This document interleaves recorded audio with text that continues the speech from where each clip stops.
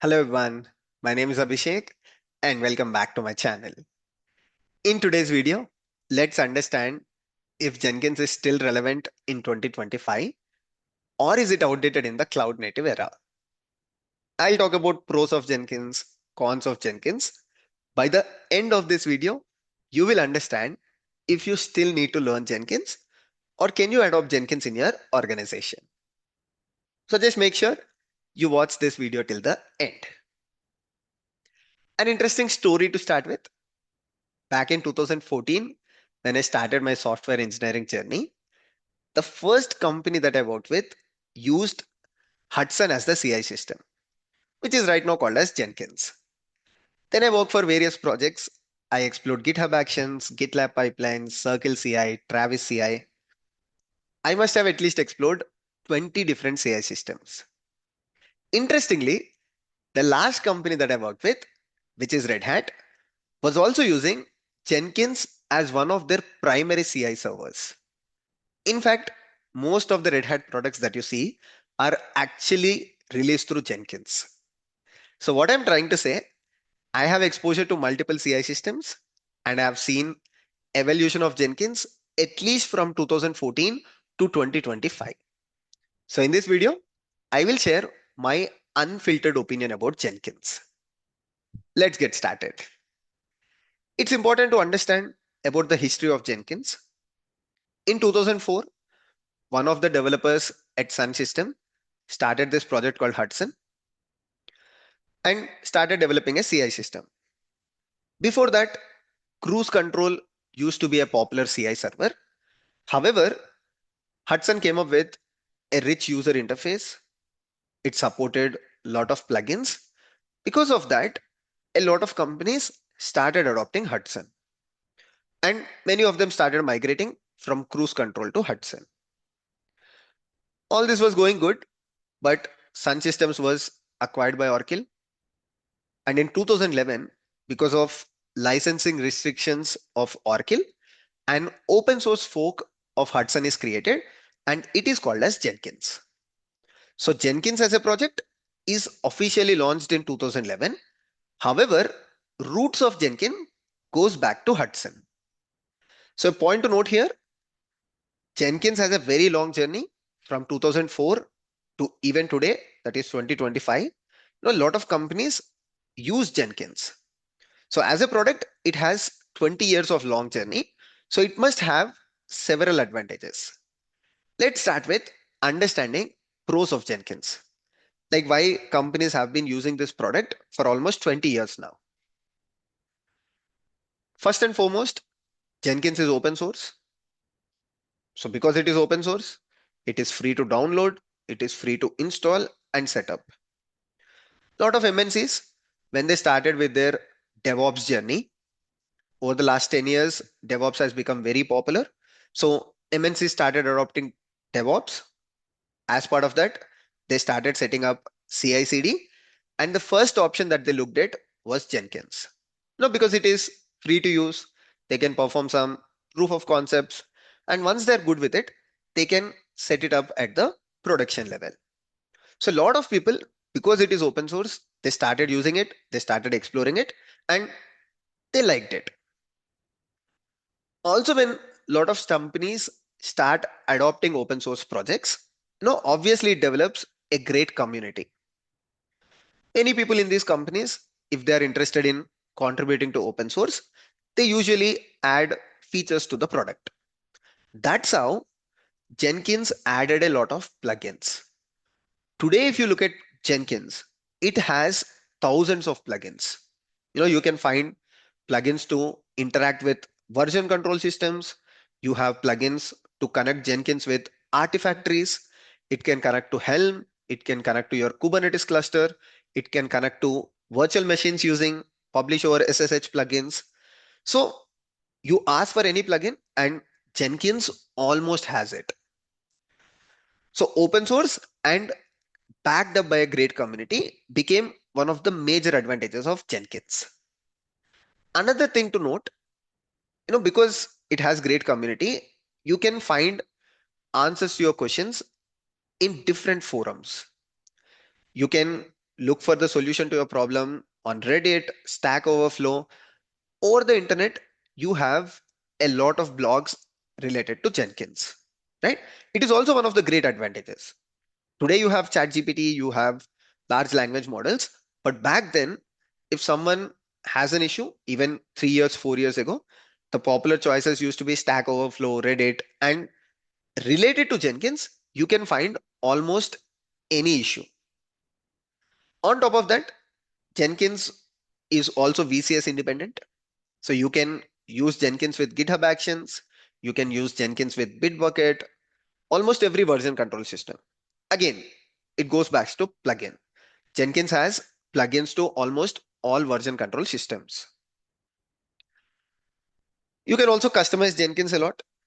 So, when you install Jenkins, it comes up with a set of plugins.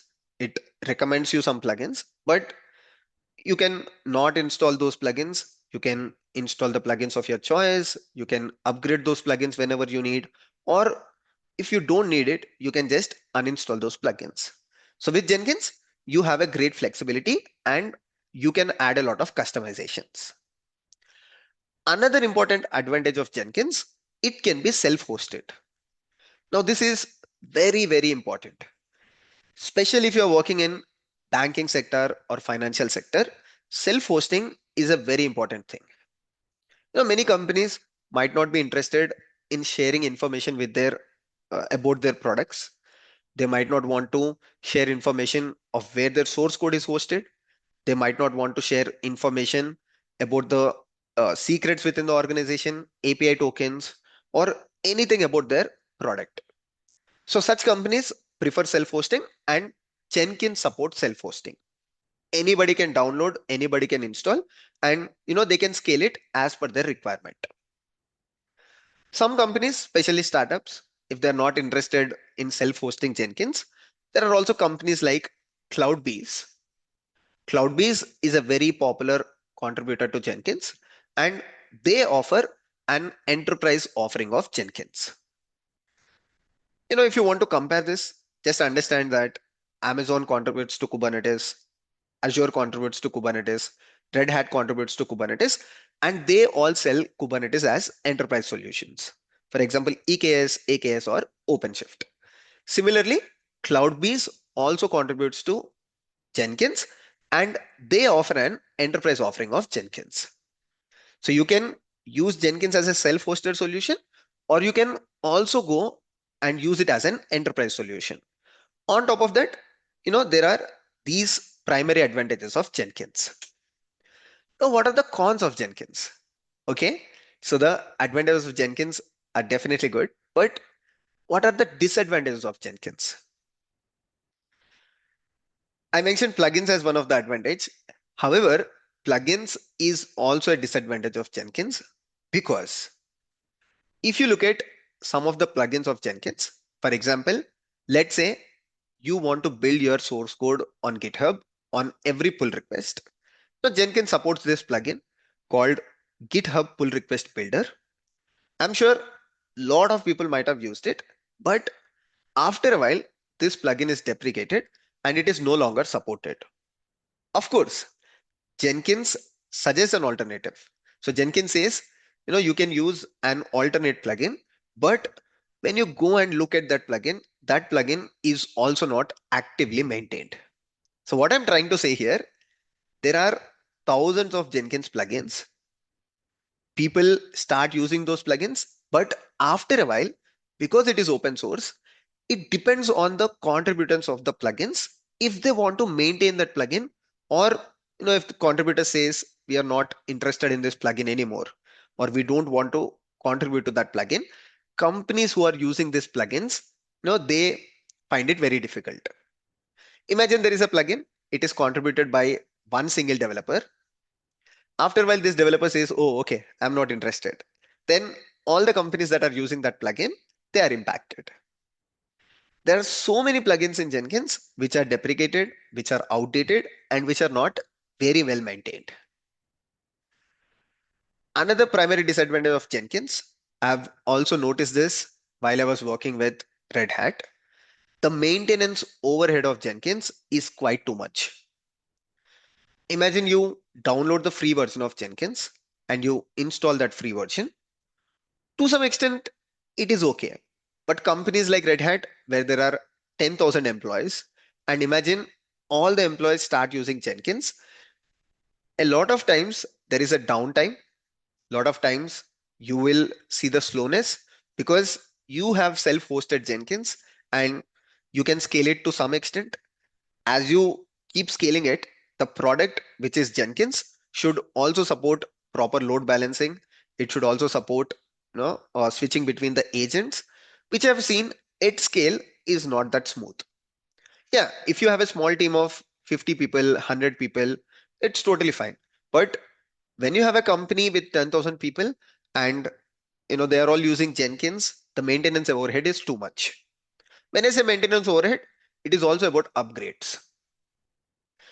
you know Constantly, imagine you have Jenkins setup, you have Jenkins at production level, staging level, dev level, and whenever there is an upgrade of Jenkins, you have to make sure the upgrade is smooth, there is no downtime. And if there is downtime, you have to inform the team that on this particular day we are upgrading Jenkins, and you will see the downtime. In fact, when I was working with this company, I have noticed quite a lot of times there is constant maintenance of Jenkins, and there are quite a lot upgrades which the maintenance team had to do. So self-hosting is good for banking and financial sector companies, but at scale, self-hosting is not that easy. And you know that Jenkins doesn't have a cloud solution. Otherwise, there is an enterprise solution, but there is no such thing called Jenkins Cloud, which is supported by the open source itself. Of course, it's not possible. And then high availability of Jenkins. Again, going back to the same example, when there are a lot of people who are using Jenkins, you definitely have to go for high availability so that multiple people in the organization can use Jenkins control plane at the same time. For that, you need high availability of Jenkins. Either you have to go with active configuration, or at least you need to set up active passive configuration. And this is also not that easy. Finally, it's not cloud native. Very honestly, Jenkins was designed for monolithic applications. It works to some extent with microservices. Imagine you have 20, 30 microservices. It might work well, but when you go to a scale of 500 microservices where multiple developers are working on it, you create multiple agents. Jenkins control plane is not that smooth at that level. So when you are dealing with, let's say, 300 agents, or when you're dealing with maybe 50 agents, the control plane and data plane of Jenkins are not that smooth. So these are some of the cons of Jenkins. So definitely there are pros of Jenkins, but at the same time, there are cons of Jenkins as well. And these cons of Jenkins led to the development of CI systems like GitHub Actions, GitLab pipelines. You might say, Abhishek, all of these are version control system dependent. Yes, they are version control system dependent. So people who are with GitHub or within the Azure ecosystem, they prefer using GitHub Actions. It is very smooth. You can just define a YAML file in a declarative way, and it works the best. Most importantly, you don't have to self-host it. If you're not worried about security too much, or if you have proper partnership with GitHub, you can go with the cloud option of GitHub or use their SaaS offering, and you can scale it to any extent because you are not self-hosting it. All that you have to define is agents, either go for GitHub agents or your self-hosted agents, and you can start using it. Similarly, GitLab pipelines as well. But Abhishek, what if we don't want to go with these options? Again, there are various other options in the market. For example, Argo Workflows is a very promising alternative. There is one product from Tecton. So, there is also something called Tecton, which is contributed by Red Hat. Red Hat actively contributes to it. So, Argo Workflows, Tecton, they are also very popular alternatives. Jenkins also realized it.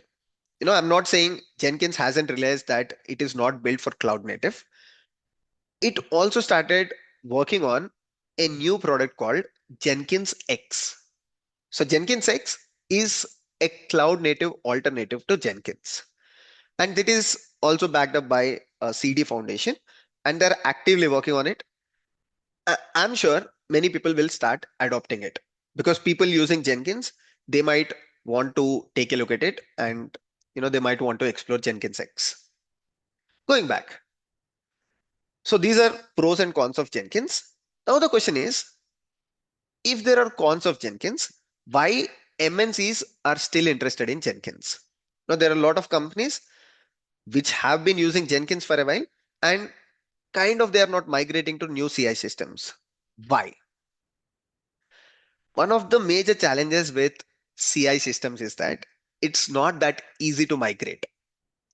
Imagine there is a company and they are working with, let's say, some 200 Jenkins jobs, or maybe they have some 500 Jenkins jobs. And for all of these Jenkins jobs, they have put a lot of effort to define Groovy pipelines. Now, if they want to migrate to a platform called GitHub Actions, imagine how much amount of work that would be. So they have to go to each of their Jenkins job. The DevOps engineers should understand the Groovy script that they have written, and they should focus on migrating to GitHub Actions or alternatives. A lot of people are not interested in this effort because it might take some 6 months. At times, it might also take 1 year for the complete transition. Instead, they are like, let's focus on any other problem because Jenkins is still working fine. So let's continue to use it. Now, as a product, Jenkins is not deprecated. It still has community support. It still has some rich plugins which are working absolutely fine. And it is also backed up by companies like CloudBees who are actively contributing to it. So MNCs are like, okay, let's continue to use it instead of putting this effort of 6 months or 1 year. And you know, again, banking sectors, financial sectors, they prefer self-hosting. If they go to GitHub Actions, some or the other way, control plane is still managed by GitHub. Their sensitive information like secrets or uh, API tokens, they have to be put with GitHub Actions within their control plane, which a lot of companies are not interested when it comes to banking and financial sectors. So if you are preparing for interviews, or let's say uh, if you are a DevOps aspirant or cloud aspirant, CI/CD is part of your job requirement. I would say you still need to focus on Jenkins because if you're targeting for MNCs, they might have Jenkins in the job description because these companies are there for 10 years, 20 years. So they want the associates who join them have knowledge of Jenkins so that you can continue to work on the CI/CD system they have built. You can continue to develop the Groovy pipelines and constantly upgrade Jenkins, right? So in a nutshell, if you're preparing for interviews, you still need to understand how Jenkins work. Probably you still need to know the declarative Jenkins pipelines, imperative Jenkins pipeline, and at least understand, build a simple CI/CD pipelines using Jenkins. If you want to adopt Jenkins in your organization, I would say look for alternatives. Because if you're a startup, if you're just starting, or if you're MNC and just adopting DevOps culture, I wouldn't recommend Jenkins that much. You have popular alternatives like Argo Workflows, which is completely cloud native. You can look for Octopus Deploy maybe if you want a solution with support, right? Also, if you're in the GitHub ecosystem and if you want to continue that ecosystem, I would also recommend GitHub Actions, right? So this is what I want to convey through this video. Overall, if you're preparing for interviews, you still need to focus on it. If you're adopting CI/CD in your organization, I would recommend look for alternatives because of the cons that I explained here, right? Let me know in the comment section what you feel about this video. Did I miss something? Or, did I overlook at something while I was preparing for this video? Thank you so much for watching the video. See you all in the next one. Take care. Bye bye.